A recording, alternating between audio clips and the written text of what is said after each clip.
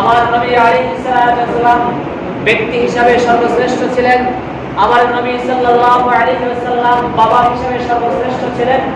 আমার নবী মুহাম্মদুর রাসূলুল্লাহ সাল্লাল্লাহু আলাইহি ওয়াসাল্লাম শ্বশুর হিসাবে সর্বশ্রেষ্ঠ শ্বশুর ছিলেন। আমার নবী মুহাম্মদুর রাসূলুল্লাহ সাল্লাল্লাহু আলাইহি ওয়াসাল্লাম তিনি নেতা হিসাবে সর্বশ্রেষ্ঠ নেতা ছিলেন। আমার নবী মুহাম্মদুর রাসূলুল্লাহ সাল্লাল্লাহু আলাইহি ওয়াসাল্লাম অভিভাবক হিসাবে সর্বশ্রেষ্ঠ অভিভাবক ছিলেন।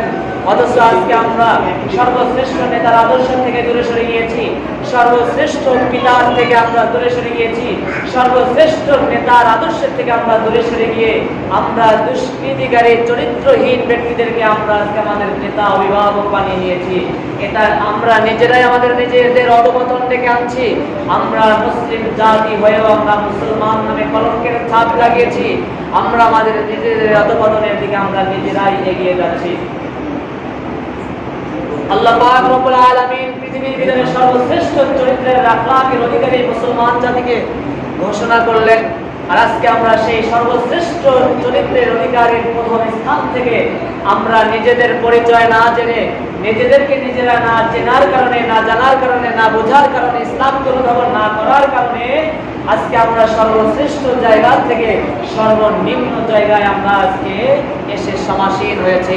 এটা আমাদের জন্য ধ্বংসে অনিবার্য ছাড়া আর কিছুই না, এটা আমাদের জন্য অধঃপতনের কারণ ছাড়া আর কিছুই না। মুসলিম জাতির ধ্বংস অনস্বীকার্য, এতে কোনো সন্দেহ নাই।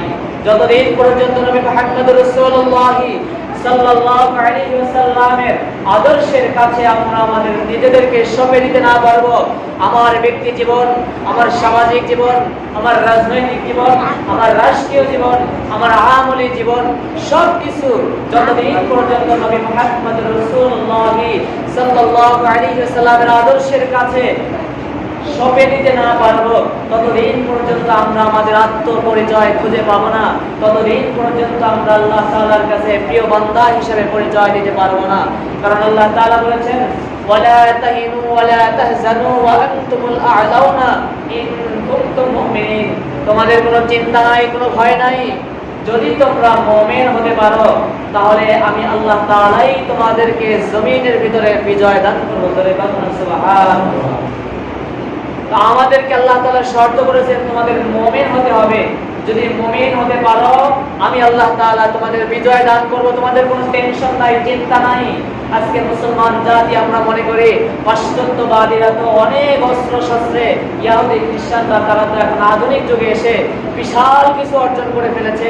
আমরা মুসলমান গরিব, আমাদের তো আর তেমন কিছুই নাই, আমরা তাদের সাথে আর পারবো না। এজন্য আমরা নিজেদের পরিচয় ভুলে গিয়ে আজকে তাদের সামনে আমরা আমাদেরকে বিক্রি করে দিয়েছি। কিন্তু আল্লাহ পাক বললেন, না, এগুলো নিয়ে তোমাদের কোনো চিন্তার কারণ নাই। সামনে এমন সময় আসতেছে কিয়ামতের ঠিক পূর্ব মুহূর্তে আল্লাহ তাআলা মুমিনদেরকে যখন বিজয় দান করবেন, তখন এই অত্যাধুনিক যা কিছু দেখতেছেন সব কিছু মাটি হয়ে যাবে, কিছুই কাজে আসবে না। এগুলি দিয়ে কোনো কিছুই তারা করতে পারবে না। কিয়ামতের আগে সব কিছুই নিষ্ক্রিয় হয়ে যাবে, এগুলি দিয়ে তারা কিছুই করতে পারবে না। আল্লাহ পাক তখন মুমিনদেরকে বিজয় দান করবেন। মুমিন হতে হলে আমার নবীর আদর্শ থেকে পদচ্যুত করলে, আমার নবীর আদর্শ থেকে দূরে সরে গেলে, আমার ব্যক্তি জীবনে আমার রাসূলের আদর্শ না থাকলে, আমার পারিবারিক জীবনে আমার রাসূলের আদর্শ না থাকলে, আমার সামাজিক জীবনে আমার রাসূলের আদর্শ না থাকলে, আমার রাষ্ট্রীয় জীবনে যদি আমার রাসূলের আদর্শ না থাকে, আমার গোটা জিন্দেগীর আমলের ভিতরে রাসূলের আদর্শ যদি না থাকে, তাহলে আমরা কোনোদিন মুমিন হওয়ার সম্ভাবনা নাই।